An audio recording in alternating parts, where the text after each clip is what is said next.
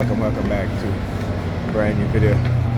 So they've been using the sirens on the bus, and they just started with the fire trucks as well as police vehicles engaging in noise campaign. All right. I got a video I have to upload. I upload it when I get in the house. But yeah, you know, the sociopath and psychopath, racist criminals on the New York Fire Department always engaging in noise campaign. All right. Again, they think that they can control me, and no, you can't. Over my dead body. Okay, and I don't say that lightly. All right. Tell you, this ain't back in, this ain't no 200-300 years ago. All right. Okay.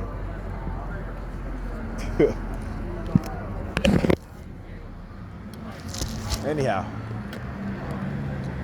I forgot. So I had my son lock the door behind me as I was leaving, and he slams the door. So when I see him tomorrow, I'm going to talk to him about that. Literally slams the door. Yeah, and then his mother, as she came in the house, she just started doing the target and stuff, the palm fixation, real stuff.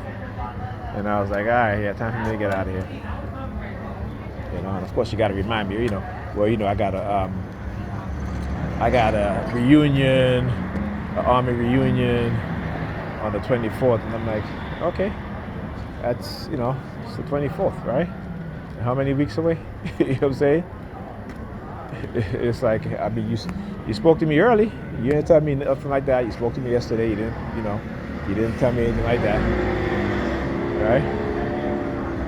But again, I don't, you know what I'm saying? I don't. I realize what it is that she's doing, and I'm like, whatever. Hey, all right.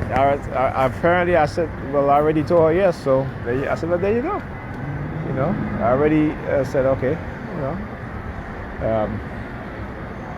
I guess I watch the kids, so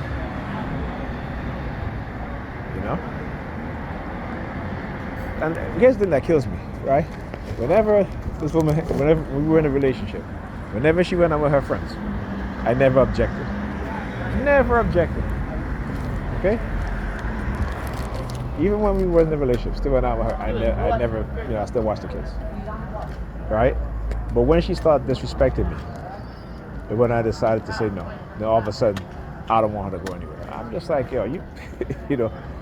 I'm like, that's how I realized that no matter what you do, for some husbands, for some women, and for some women, the men who they date, they are never going to see what it is that you do to appease them.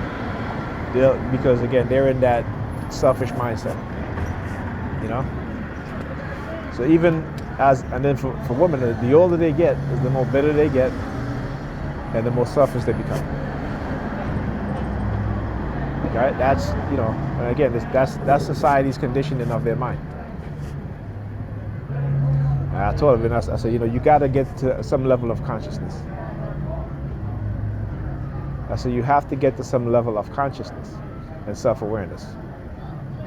Because if you don't, you are going to be really, really severely disappointed, right? Likely bitter. Right? And you might say you're not dating men and start dating women. Okay? Right? I said, because you refuse to look within yourself. I said, you'll take our kids to for a therapist without understanding. And again, you have a nursing degree, so you took psychology. Right? I said, but you never think about the environment that you have the kids living in. Right? I said, you never think about that you're in your room for the most part all day, that you will let them sleep all day on the weekend because you want to do you, and you don't be bothered with them. Right? I tell you, these gay dudes, I tell you, this dude come look at me right in my face, right here. These gay dudes. I'm not gay, bro. I'm not gay. Right? So you never think about that, right? But now you're telling me that, oh, you think Ethan have ADHD. He doesn't have ADHD, right? He lacked discipline and structure because of you. She's like, well, you're there with him. I said, listen, family, me and you are not in a relationship. When Ethan was younger, right, he was doing his homework. Alyssa was doing her homework. I did the homework with them, except for when she comes home and she gives them candy. Even Alyssa just told me the other night. I'm like, why y'all go to sleep so late? Or my mommy gave me candy. Why are you giving them candy at night? You know, why are you giving them candy? And again, she don't see that. She don't attribute that to them also being up late. Right? She don't attribute her going out on the weekend, right? Leaving the kids home all day, not even calling to check on them. Right? So there are times when, you know, I'm like, where's your mother? Or she went out. Okay, when did she leave? She left around, you know, a little after 12. You know, it's now 7, 8 o'clock. I said, did you hear from your mother? No. You know, like, how do you think kids feel? Even if they're not showing it to you, or even if they're not saying it to you, right? How you can see with their behavior. Like my daughter, you know, when I'm gone, she tear up the place. Literally tear up the place. On the weekend I'm not there, she tear up the place. Her mother says nothing because her mother's locked up in her room. Okay? I call her, Pam, can you check on the kids? What time did you get up? I got up around 8 o'clock. Okay, it's 2 o'clock now. You check on the kids? No. How do you not check on your kids? You live in the same apartment. How do you not check on the kids to make sure the kids are okay? Right? But this is what she do. She'd rather be on the phone, locked up in her room, do what? God knows what. I should say God knows what, but doing who knows what. Your credit to the father. Look at that. Look at that. Right? You know, and I'm calling. I'm like, hey, you know, like for example, like, hey, can you see if Ethan is up? I want to speak to the kids. Okay. I don't hear back from her. I call, and I give her some time now. I call her an hour later, 2 hours later. Oh, I fell back to sleep. Like, how do you know what I'm saying? Like, and she never attributes her inaction or her action to how these kids are today. Okay?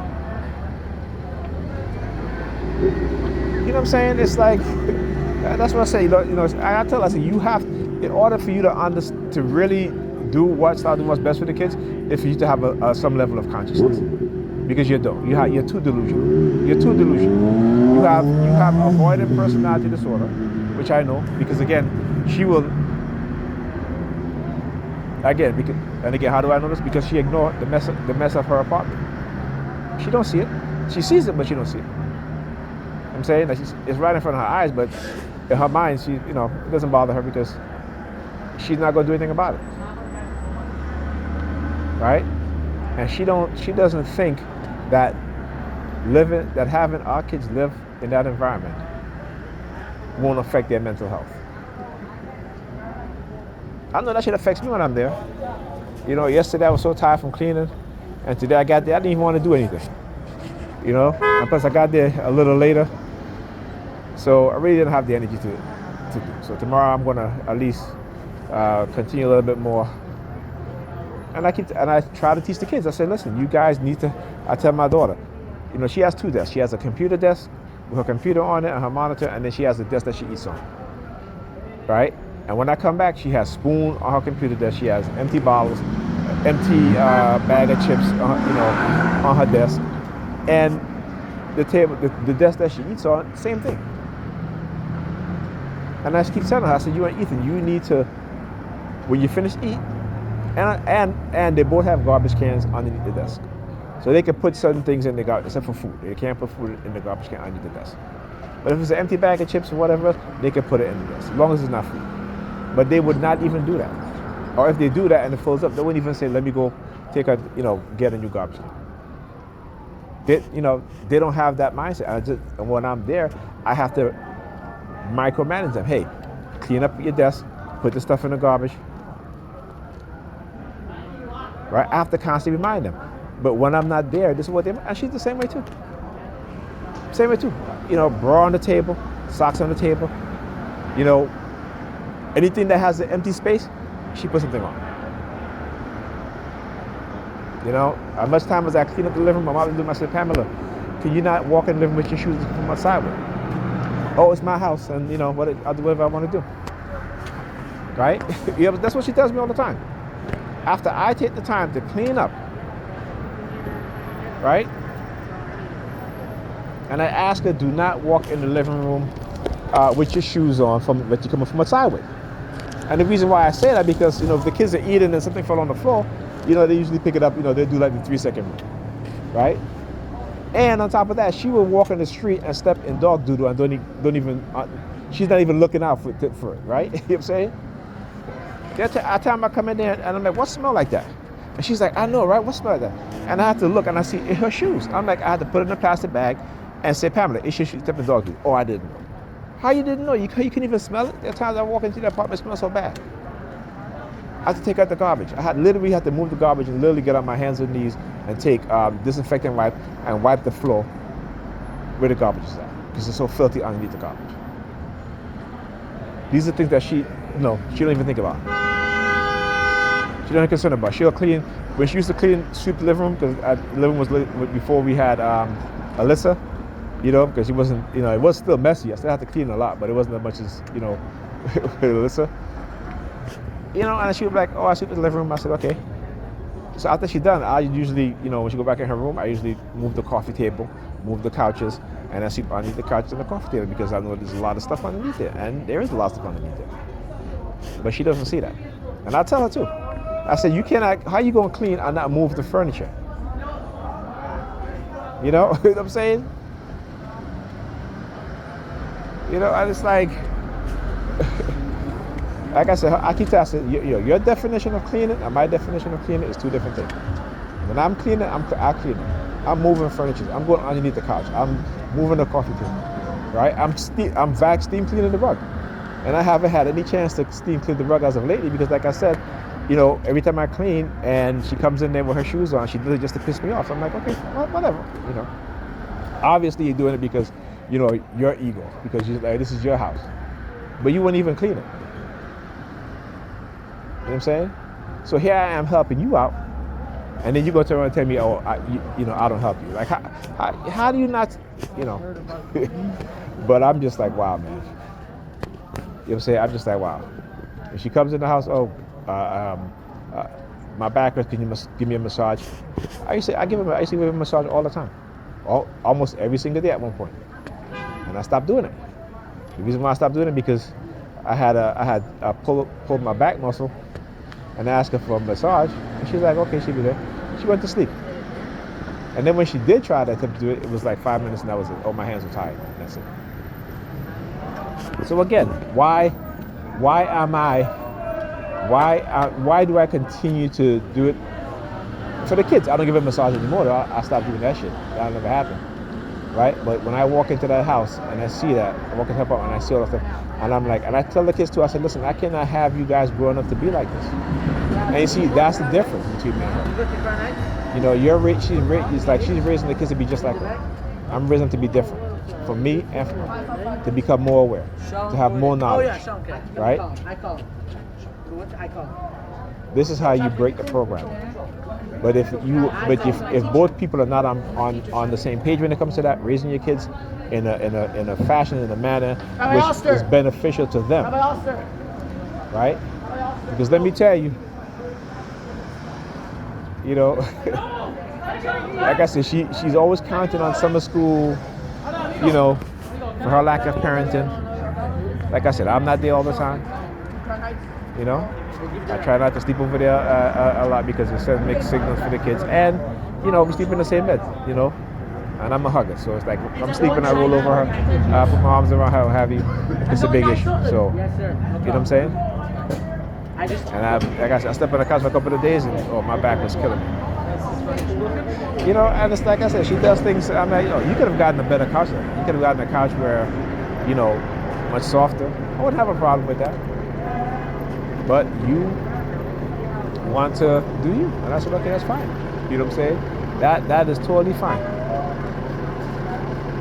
You You know, that is totally fine. But yeah, I can't really, you know, like I said, nothing else I can say. I know I understand now how, you know, a lot of black boys are failing in school. And I say I don't just blame their mother or their father, but I blame the system. Those in the police force, those in the religious organization, right? They're basically conspiring to destroy the black family, because if you don't believe in Christianity, they will destroy your family. They're trying to destroy your life if you don't believe in their religion. Okay? This is how fanatical these people are. But you know what? The more they do what they do, the more other people realize that, you know what? These people are out of their damn mind, and they're moving away from these religions. And that's a good thing. That is a good thing, because what they say and what they do is two different things. It's two different things. You can't tell me God is love and then you're doing what you're doing. You know what I'm saying? You can't do that. Yeah.